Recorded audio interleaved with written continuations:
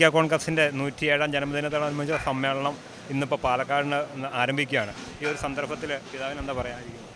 കത്തോലിക്ക കോൺഗ്രസിൻ്റെ 107-ാം ജന്മദിനം പാലക്കാട് രൂപത ആതിഥേയത്വം വഹിച്ച് നടത്തുന്നു. അതൊരു വലിയ കാര്യമാണ്.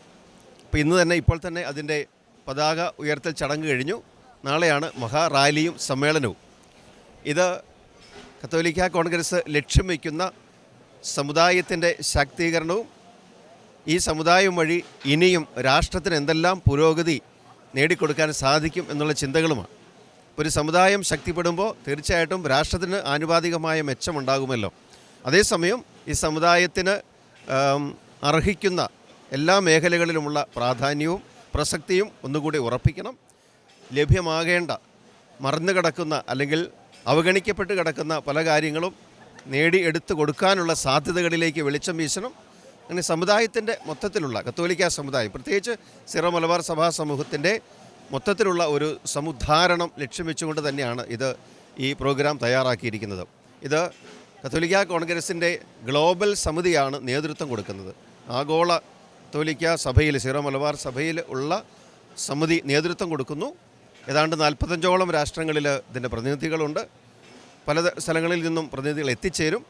പിന്നെ കേരളത്തിലുള്ള വിവിധ രൂപതകളിൽ നിന്നും ഇന്ത്യയിലുള്ള മറ്റ് രൂപതകളിൽ നിന്നുമൊക്കെ സിറോ മലബാർ സമുദായത്തിൽപ്പെട്ട അംഗങ്ങൾ എത്തിച്ചേരുന്നതാണ്. അപ്പോൾ ലോകത്ത് എവിടെയായാലും ഈ സഭാ സമൂഹം ഒറ്റക്കെട്ടാണെന്നും ഒരുമിച്ച് നിൽക്കുന്നവരാണെന്നുമുള്ളൊരു സന്ദേശം ലോകത്തിന് നൽകുന്നു. അതോടൊപ്പം തന്നെ ഈ സമുദായത്തിൻ്റെ ശാക്തീകരണത്തിന് ഉപകരിക്കുന്ന തരത്തിൽ ഈ പ്രോഗ്രാം നടത്തപ്പെടുകയും ചെയ്യുകയാണ്. സഭയ്ക്ക് അർഹതപ്പെട്ട ഒന്നും ലഭിക്കാതെ പോകുന്നു, അല്ലെങ്കിൽ അവഗണിക്കപ്പെടുന്നു എന്നൊരു തോന്നലുണ്ടോ? സഭയ്ക്ക് അവഗണിക്കപ്പെടുന്നു എന്ന് തോന്നലെന്ന് പറയുമ്പോൾ നമ്മൾ നേതൃത്വം കൊടുത്ത് കോശി കമ്മീഷൻ ഉൾപ്പെടെയുള്ള ഒരുപാട് കാര്യങ്ങൾ അതിലുണ്ട്. പ്രത്യേകിച്ച് വനമേഖലകളിൽ, അതിർത്തികളിൽ മാത്രമല്ല, മനുഷ്യർ താമസിക്കുന്ന സ്ഥലങ്ങളിലേക്കുള്ള വന്യമൃഗങ്ങളുടെ കടന്നുകയറ്റമുണ്ട്. കാർഷിക പ്രതിസന്ധികൾ പരിഹരിക്കപ്പെടാനുണ്ട്.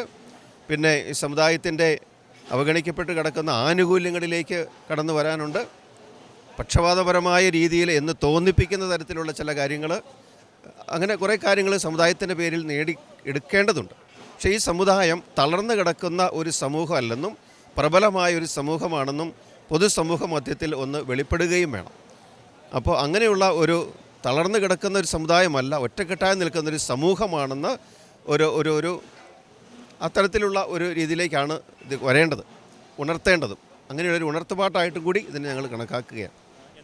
ഏതെങ്കിലും തരത്തിലുള്ള പ്രഖ്യാപനങ്ങളൊക്കെ ഉണ്ടാവുമോ സർക്കാരിനെതിരെയോ? അങ്ങനെ ഏതെങ്കിലും തരത്തിലുള്ള പ്രഖ്യാപനങ്ങൾ ഈ സമുദായത്തിൻ്റെ നന്മ ലക്ഷ്യം വെച്ചുകൊണ്ടുള്ള പ്രഖ്യാപനങ്ങളോ മറ്റെന്തെങ്കിലുമൊക്കെ ഉള്ളത് തീർച്ചയായിട്ടും അത് വേദിയിൽ നടത്തപ്പെടുന്നതാണ്. നാളത്തെ മീറ്റിങ്ങിൽ രാഷ്ട്രീയ പ്രഖ്യാപനം അങ്ങനെ ഉണ്ടാവും.